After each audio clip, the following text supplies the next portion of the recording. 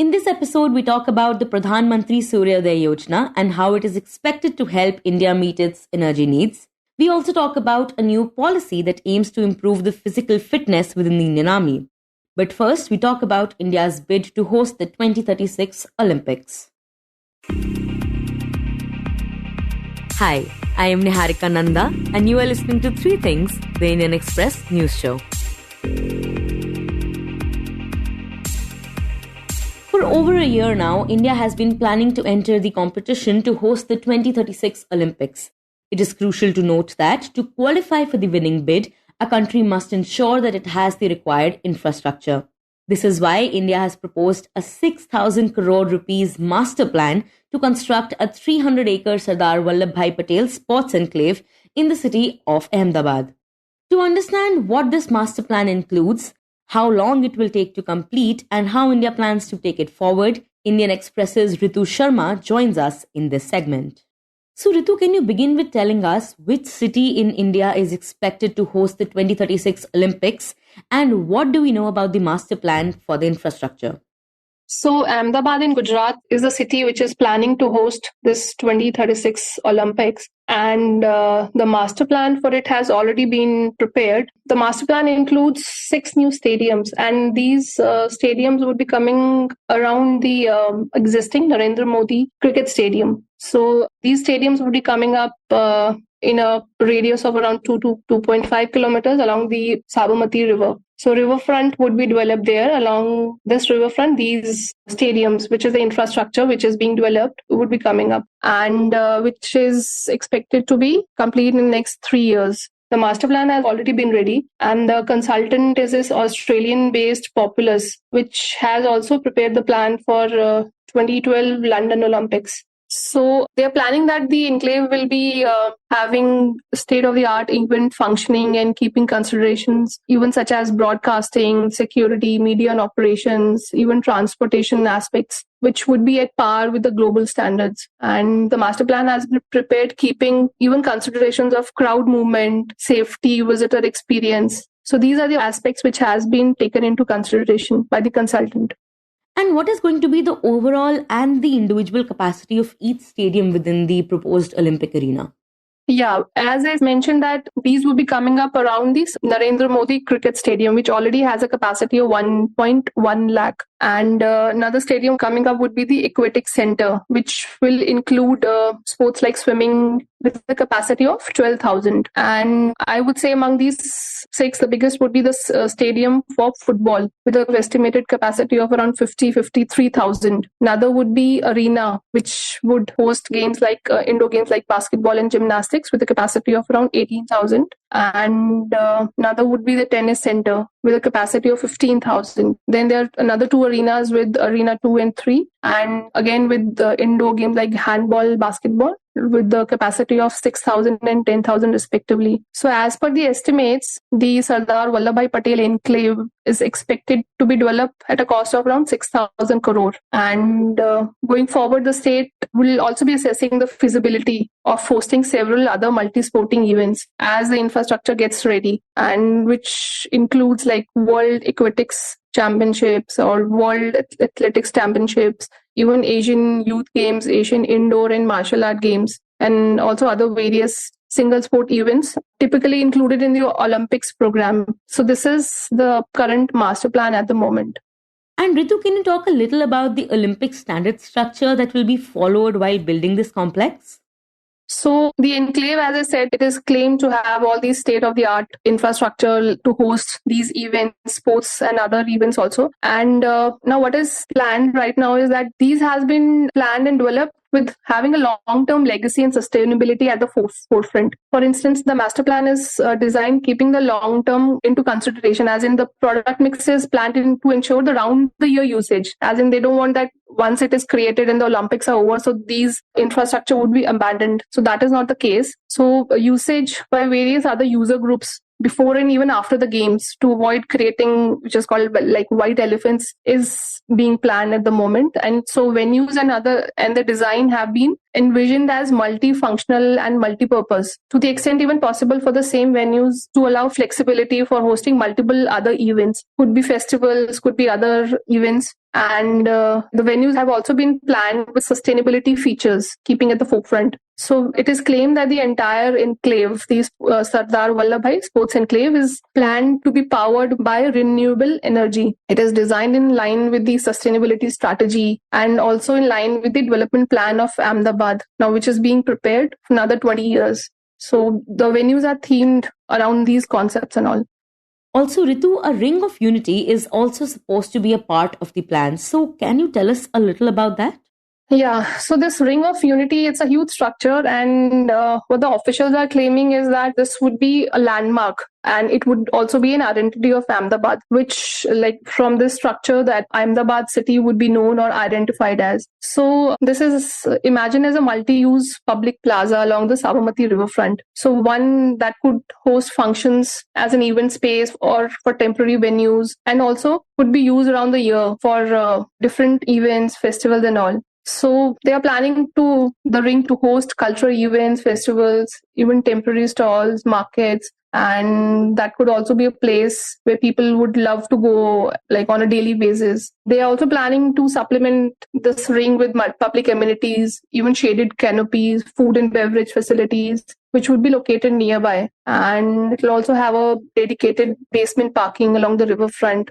But then they're also planning that the ring will also be conveniently walkable from the metro stations. And this ring of unity, they're saying that it also pays homage to Sardar Vallabhbhai Patel, after whom the sports enclave has been named.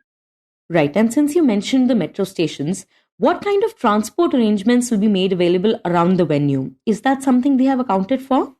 Yeah, so Ahmedabad city already has a BRT system in metro in place. So the plan is that to ensure that all the venues and clusters, they're connected during and even beyond the games. So the location of the upcoming multimodal transport hub at Sabarmati, which includes the Ahmedabad-Mumbai bullet train, the Ahmedabad-Gandhinagar metro rail, the Western Railway track, and the Ahmedabad city bus service. So these will be strategically planned around this infrastructure, this enclave only.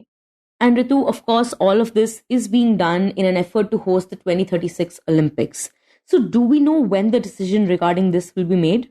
Yeah, so there's no fixed deadline as yet, but which city would be hosting the 2036 Olympics? The decision is expected to be taken around 2026-27. And this is the deadline which the authorities are taking into consideration. If, like, the work for this enclave starts from, like, September, October this year, so they are taking a deadline of stretched maximum to 3.5 years. So by that time, they are planning that at least this infrastructure gets ready so they can pitch in the bid.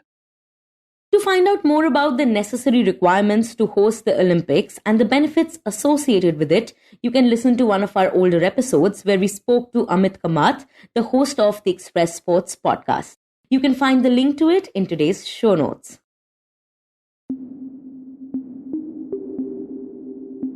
And next we talk about solar power. Shortly after the consecration ceremony of the Ram Mandir last Monday, Prime Minister Narendra Modi announced the Pradhan Mantri Suryodaya Yojana that hopes to expand the use of solar energy in India. The scheme aims to install rooftop solar systems on 1 crore houses. And while announcing it, the Prime Minister emphasized that the initiative not only seeks to reduce the pressure on the poor and the middle class in India, but also serves as a means to make the country self-reliant. To talk about how India is progressing in the realm of solar energy and what is its plan for implementing this new scheme, Indian Express's Amitabh Sinha joins us in this segment. So Amitabh, can you begin by telling us when did the concept of rooftop solar systems first come up in India?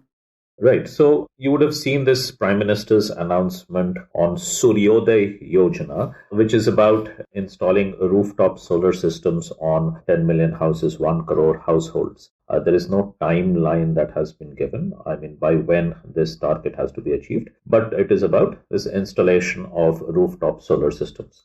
Now, this target is new, 1 crore households, that is new, but the idea of having rooftop solar systems is something that has been going on for some time. In fact, if you recall, the first large-scale solar program was announced way back in 2008 under the National Solar Mission. That did not specifically talk about rooftop systems, but that did not have a specific separate component for rooftop solar systems as well. But it did envisage having decentralized rooftop systems as well. And then in 2014, shortly after Narendra Modi became the Prime Minister, for the first time, he upscaled this solar target. The 2008 solar program, he went in for a major upgrade, and he said India would be targeting 100 gigawatts of solar power by 2022. 40% of which is about 40 gigawatts, would come from rooftop solar systems. So that was the announcement that was made in 2014. And from there on, this program of installing rooftop solar systems has been going on. So that program has been going on. And of course, that the target, 40 gigawatts, we are way behind it. And by the end of 31st of December, only about 11 gigawatts of rooftop solar systems were installed. So India was running way behind the target that it had announced of 40 gigawatts by 2022. But the idea now is to expedite it or accelerate this process further with this Suryodaya Yojana. And what kind of potential do rooftop solar systems have in India, and to what extent have they been implemented? See, the potential is huge, of course. India is a very large country, and most of the country gets ample solar energy through most of the year, right? So there is huge potential. In fact, a recent report from the CEW, which is the Council on Energy, Environment and Water, that recently came out with a report on rooftop solar systems, and it said, somewhere around in the upwards of 600 gigawatts of potential lies in India. And of course, not the entire 100% of that potential cannot be utilized. But even if, say, 1/4 or 1/5 or maybe even a smaller fraction of that gets utilized, a huge amount of electricity can be generated with rooftop solar systems. So the potential is huge. How much are we able to utilize that potential? That is the question. So as of now, we are, as I said earlier as well, we were targeting 40 gigawatts. From 40 gigawatts, we can surely go to 100 gigawatts is an achievable target, or at least that's a potential that can be achieved through rooftop solar. Now, the Suryodaya Yojana, which the Prime Minister talked about, and we don't have the details as of now, is not targeting capacity. It is targeting the number of households. So it is talking about 1 crore households and not how much capacity would be added. So the previous target was in terms of capacities, 40 gigawatts. The new target is in terms of households. So there is this difference, but most people say utilizing, say, 100 gigawatts of capacity is eminently achievable in India. Right. And have similar schemes been implemented in other countries as well? See, solar energy is being harnessed across the world. It is one of the readily available sources of energy everywhere, almost free. Of course, to harness it, you have to invest money. The harnessing is not free, but the energy itself is available and it's almost free of cost, right? So it's available across the world. Most of the countries have ample supply of solar energy through most of the year. So it is easy for all of them to harness. Also, because it is available everywhere, countries need not be dependent on other countries for their supply of energy. So it's not surprising that a lot of countries have these kind of schemes to promote solar energy, and it's happening across the world, including India. As I said, we have been officially doing it since 2008, and the technology is available much earlier as well. But it's only now that it's becoming economical as well, mainly because of technology improvements. Technology has also matured, and because of which solar energy has become cheaper and therefore is much more economical, and therefore this push to have more and more solar energy, including on the rooftops.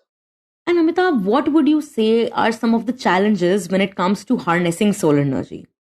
Right. So the fact that solar energy is not available throughout. So it's not completely dependable in the sense till the storage systems are built, till we have batteries that can store electricity for long periods of time. That is an ongoing area of research. We have had very limited success with in that regard. But till we build large scale storage systems, solar energy would not be a very dependable source of energy. But as an abundant source of energy and also something that is readily and freely available in most areas of the world, it is an energy that can easily come as an additional source. If you have base load that is already taken care of, then solar energy fits in very well. And that is what is being used in most of the countries right now. And can you talk a little about how will the Suryodaya Yojana help the government in achieving some of India's energy needs? So one part of it is that we are energy deficient. The fact that a large number of people in the country still do not have access to the amount of energy that they need. Also, our consumption is very low, and we do foresee an increase in demand of energy in this regard. So we need more energy, and therefore we need additional sources of energy like solar. At the same time, we also need cleaner sources of energy from the climate change perspective that we talked about earlier. India also has an international commitment from the climate change perspective. One of the climate commitments that it has made internationally is to ensure that at least 50% of its electricity production by 2030 comes from non-fossil fuel sources. Non-fossil fuel sources are not just renewables, which is wind, solar, biogas, but also other forms of non-fossil fuel, which is, say, nuclear or small hydropower. Those are also non-fossil fuel sources. So India has made a commitment to ensure that by 2030, at least 50% of its total electricity production would come from non-fossil fuel sources. Now, and we are progressing quite well on that particular commitment. But solar has to play a really important role, and solar has to increase. Right now, the installed capacity is about 70 gigawatts of solar power, of which 11 come from rooftop solar. The idea is to increase it, double or triple it over the next decade and a half, because a bulk of your energy by that time should be coming from non-fossil fuel sources, particularly renewable sources. And even in that renewable, probably solar would contribute the maximum amount. So this is all working towards achieving that kind of goal.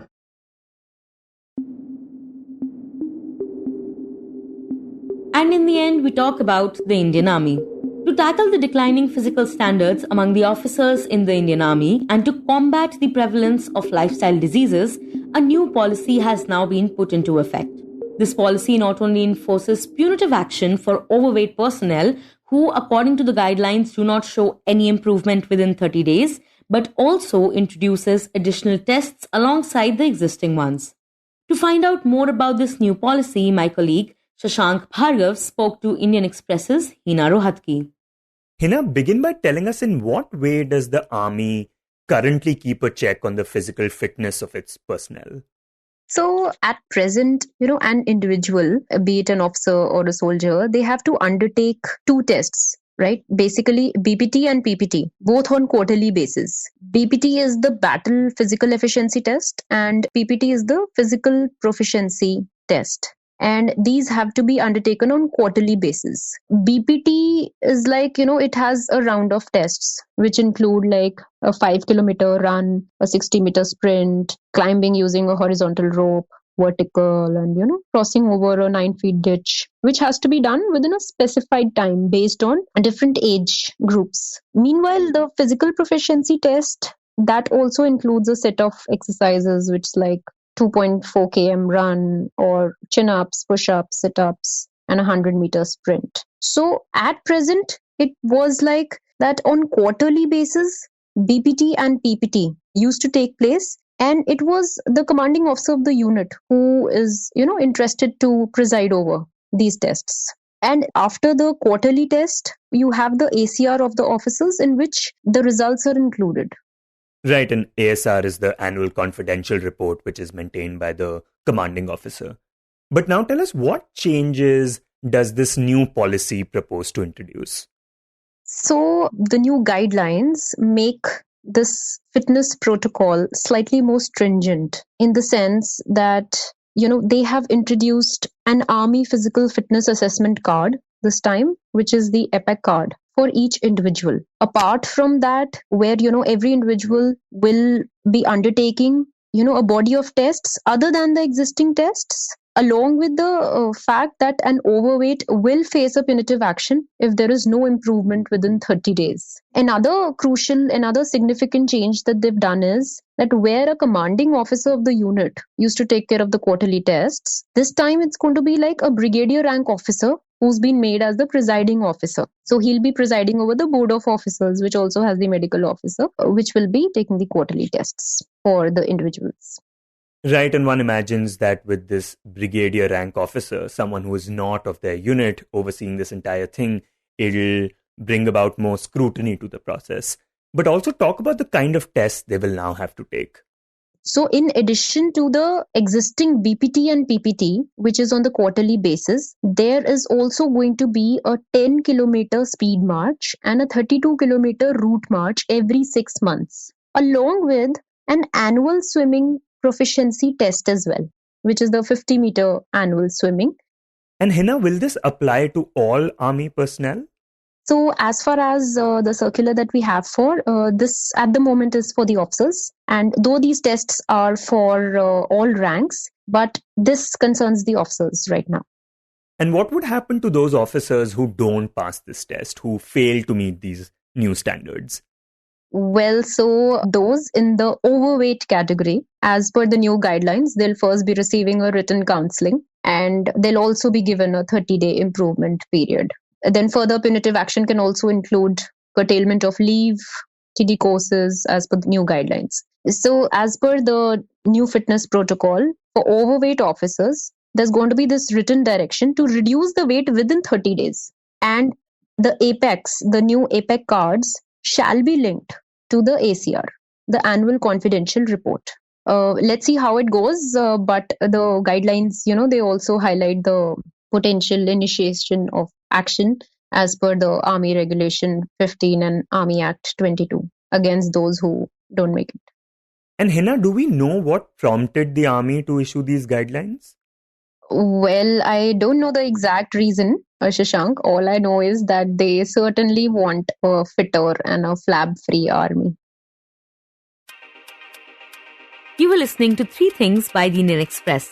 Today's show was edited and mixed by Suresh Pawar and produced by Shashank, Bhargava and me, Niharika, Nanda. If you like the show, then do subscribe to us wherever you get your podcasts. You can also recommend the show to someone you think will like it. Share it with a friend or someone in your family. It's the best way for people to get to know about us. You can also tweet us at Express Audio and write to us at podcasts@indianexpress.com.